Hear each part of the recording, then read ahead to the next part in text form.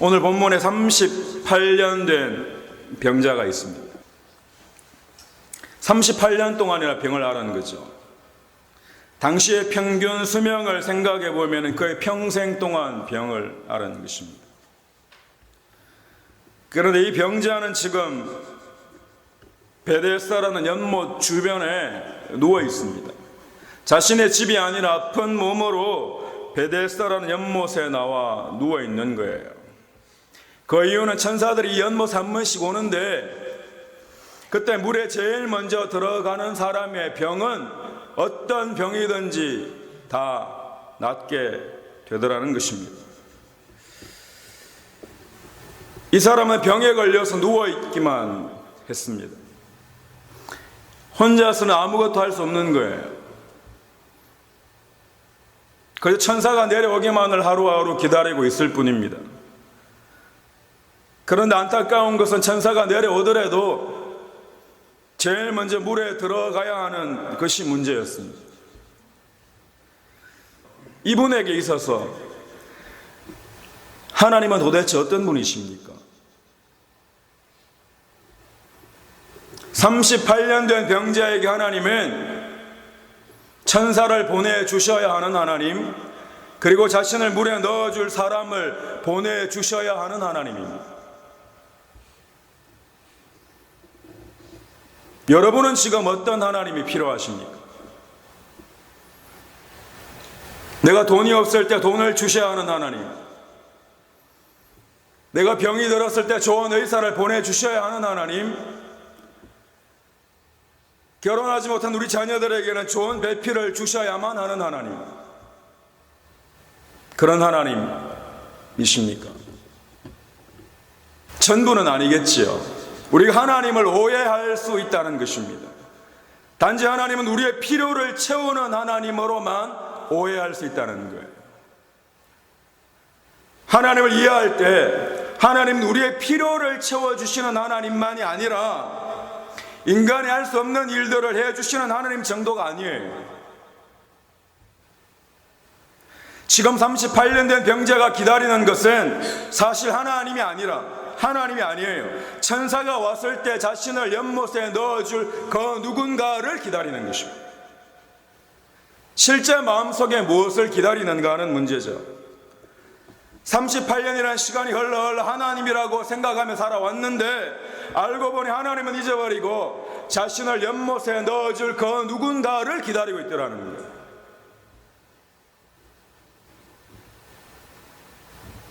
지금 이 시간 여러분은 누구를 기다리고 계십니까? 예수 그리스도를 기다리고 계십니까? 저와 여러분 예수 그리스도를 기다리는 자 되기를 축원합니다. 아니면은 나의 돈 문제를 해결해 줄 그 누군가를, 아니면 내 일이 잘 되게끔 해주는 그 누군가를, 내 병을 고쳐줄 그 누군가를, 내 문제를 해결해 줄 그 누군가를 기다리고 있지는 않으십니다. 아니면 좋은 직장, 좋은 대학, 좋은 배우자만을 기다리고 있지는 않으십니까? 정말 소원하는 게 뭐냐는 거죠. 지금 예수님이 남루한 차림으로 볼품없는 모습으로 아무런 재력과 아무런 권력이 없는 그런 모습으로 가난하고 초라한 모습으로 우리 앞에 나타나셔서는 하늘나라를 선포하셔도 그분이 메시아이신 줄 알겠냐는 것입니다.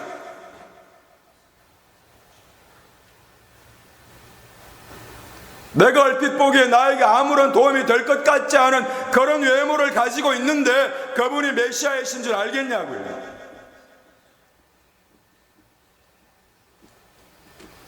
지금 당장 내게 필요한 것을 채워주시 않는 그분을 나의 구원자로 받아들이겠냐는 거예요. 여러분의 관심은 어디에 있는 것입니까? 정말 나를 구원해 주신 예수 그리스도에게 관심이 있는 것입니까? 아니면 나의 필요에게만 관심이 있는 것입니까?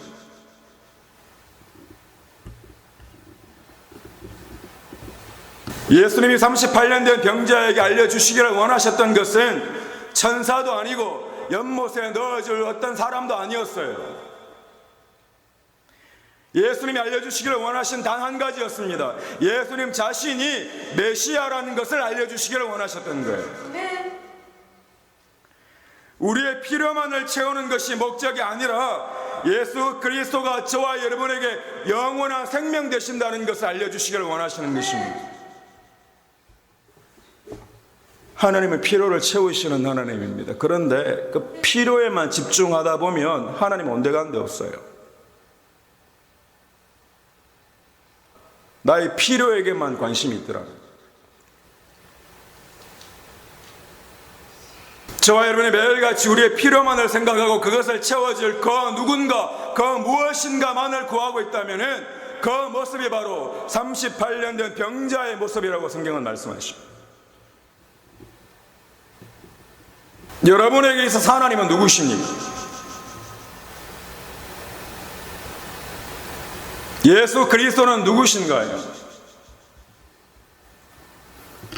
좋은 직장을 주시고 건강을 주시고 물질을 주시고 우리 자녀들이 잘 되게 도와주시기만 하면 되는 그런 하나님이십니까? 그럼 그렇지 않을 때는 하나님이 아니게요. 정말 곰곰이 생각해 보아야 합니다. 예수님이 저와 여러분을 위해 십자가에 달려 돌아가신 이유가 정말 그런 이유밖에 되지 않는지 우리는 곰곰이 생각해 보아야 합니다. 이 땅에 살아가면서 우리의 필요만을 채워주시는 것이 목적이 아니라는 거예요. 그렇게 생각하죠. 믿으면 구원받는다고 하더라. 다들 구원받았다고 하더라. 그래, 내가 생각해도 내가 저 사람보다는 나으니 당연히 나는 구원받았겠지. 그럼 나는 이제 무엇을 해야 하나? 구원은 받았는데 그럼 이제 뭘 해야 하는 거야? 뭘 하고 계십니까?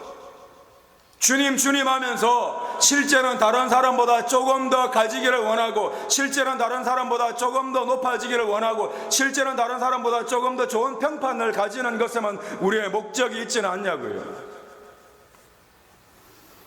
그렇게 스스로 합리화하는 거죠. 내가 잘 되면 하나님이 영광 받으실 거야. 착각하고 있는 것입니다. 그런데 예수님이 38년의 병자를 직접 찾아가시는 겁니다. 지금 이 시간 저와 여러분에게 직접 찾아오시는 거예요. 육신의 질병을 고쳐주시기 위한 것이 전부가 아니었습니다. 예수님은 38년 된 병자에게 병이 치유되라고 말씀하신 적이 없습니다. 이 병이 치유될지어다라고 하시지 않고 자리를 들고 일어나라고 하시는 거예요. 자리를 들고 일어나라는 것입니다. 일어나라고 하는 거예요. 일어나라는 의미는 단순히 병만 고치는 것이 아니라 그 자리에, 삶의 자리에서 일어나라는 것입니다. 신앙은 이런 거야. 혼자 착각하며 살았던 그 자리에서 일어나라는 거예요. 나 혼자 잘 믿는 줄 알고 살았던 그 삶의 자리에서 일어나라는 것입니다. 교회가 이렇고 저렇고 저 사람이 이렇고 저렇고 나 혼자 판단만 하며 살아왔던 그 자리에서 일어나라는 거예요. 불평하고 낙심만 하는 그 자리에서 일어나라고 하시는 것입니다. 누군가를 원망만 하며 살았던 그 자리에서 이제는 일어나라는 거예요. 예수님은 지금 이 순간에도 우리에게 찾아오셔서 우리들을 만나시기를 그토록 원하십니다. 인격적으로 우리를 만나주시기를 원하십니다. 도대체 하늘나라가 뭔지를 우리에게 진짜 보여주시기를 원하십니다. 벌레들이 도무지 사람의 뜻을 알지 못하는 것처럼 저와 여러분이 도무지 하나님의 뜻을 알지 못하는 자로 살았음에도 불구하고 예수 그리스도 이 땅에 보내시고 성령 하나님이 우리를 쪼개고 들어오셔서 아버지 하나님의 계획하심과 아버지 하나님의 뜻이 무엇인지를 우리에게 알려주시기를 원하시는 거예요. 내가 왜 너희들을 만들었는지 알려주시기를 원하시고, 그 많은 세상의 사람들 중에서 왜 저와 여러분을 선택하셨는지를 알려주시기를 원하시는 거예요. 누구보다 더 잘되고의 문제가 전부가 아니에요, 여러분. 하나님 아버지는 아버지의 마음을 저와 여러분에게 주시기를 원하시는 것입니다.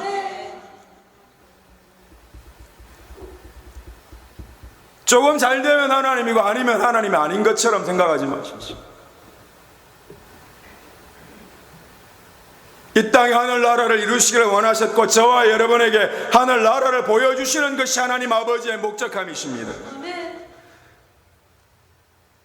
참 쉽게 이야기합니다. 모든 사람들이요, 하나님 안다고 이야기합니다. 하나님 아십니까? 하나님 안다는 거예요. 우리 수준에서 아는 거죠.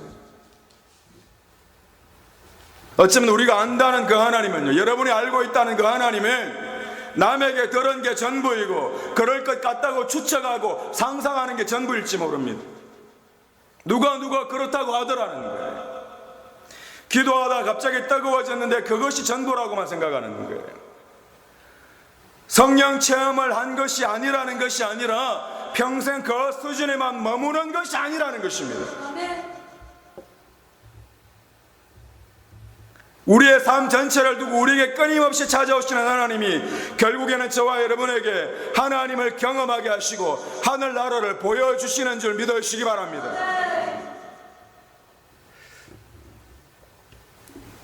야곱의 할아버지가 아브라함이고 아버지가 이삭이에요.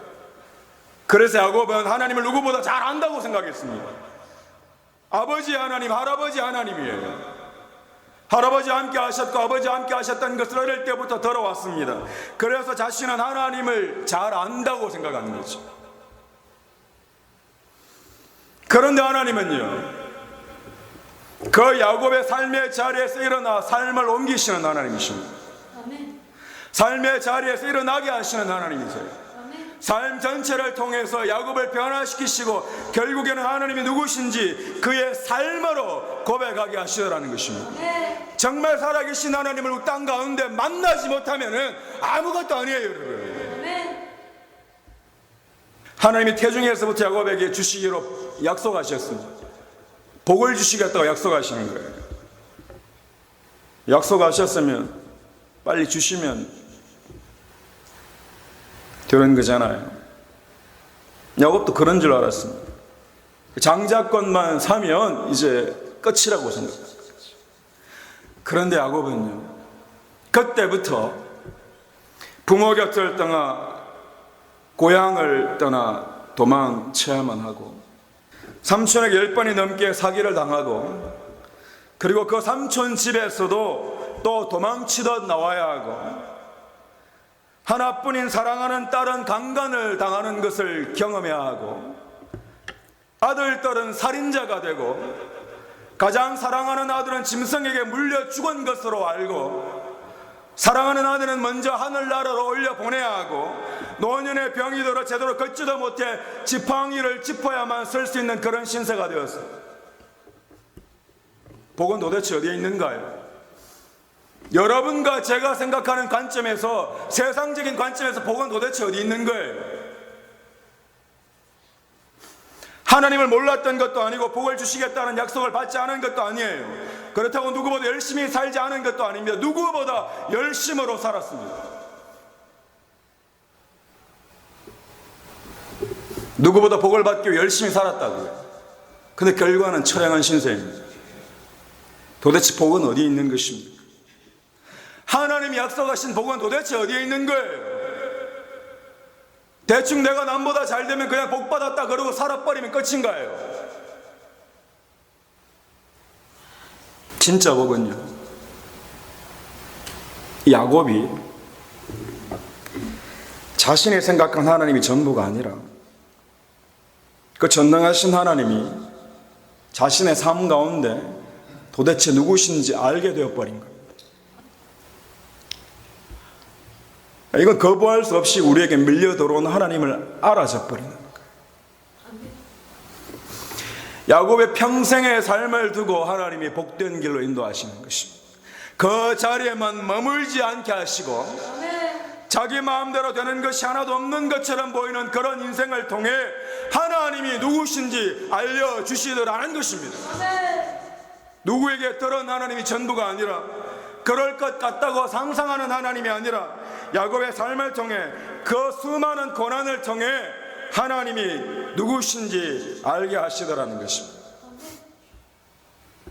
저와 여러분의 삶을 통해 누구보다 잘 되고 못 되고에 갇혀 있는 것이 아니라 그 삶 안에서 하나님을 만나게 되기를 축원합니다.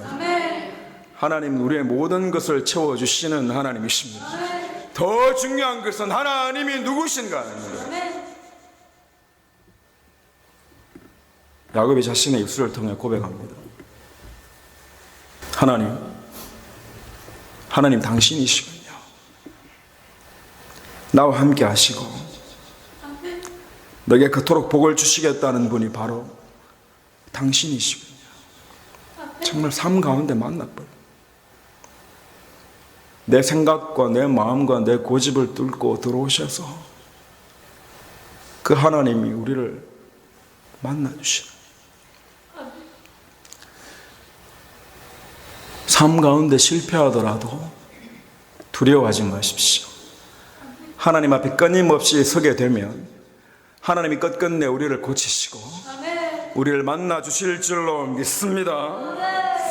야곱이 변화되는 거죠. 결국에는 그 야곱이 자신의 삶을 축복하고 노년의 병이 들고 아무것도 가지지 못한 채 살아가는 자신의 모습을 보고도 축복합니다. 자녀들도 축복하고 심지어 애굽의 왕 바로도 축복하는 삶. 왜냐? 내 안에 살아계신 하나님 함께 하심을 정말 알게 된 거예요. 우리의 삶 가운데 함께 하신 하나님이 나와 함께 하심을, 여러분과 함께 하심을 믿음으로 고백하는 인생 되시기를 축원합니다. 하나님을 온전히 알게 되더라는 거예요. 저와 여러분이 하나님 아버지의 마음을 알게 되기를 원합니다.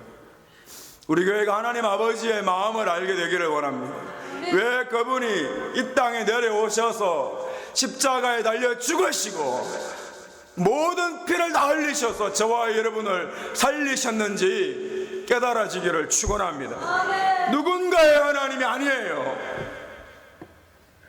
다윗이 고백한 것처럼 나의 하나님, 나의 하나님을 고백할 수 있게 되기를 축원합니다. 그 누가 뭐라고 해도 나를 붙잡고 계시는 그 하나님을 내가 고백하게 되기를 축원합니다. 여러분의 삶을 통해 주님을 만나기를 원합니다.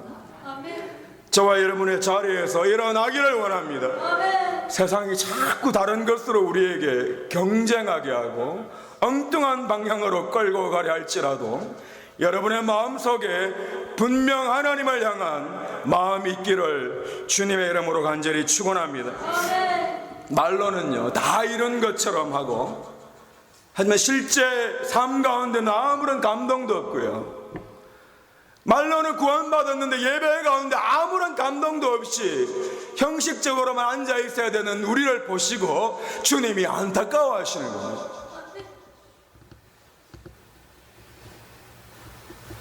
아무런 감동도 없는 그런 자리가 아니라 지금의 그 자리에서 일어나서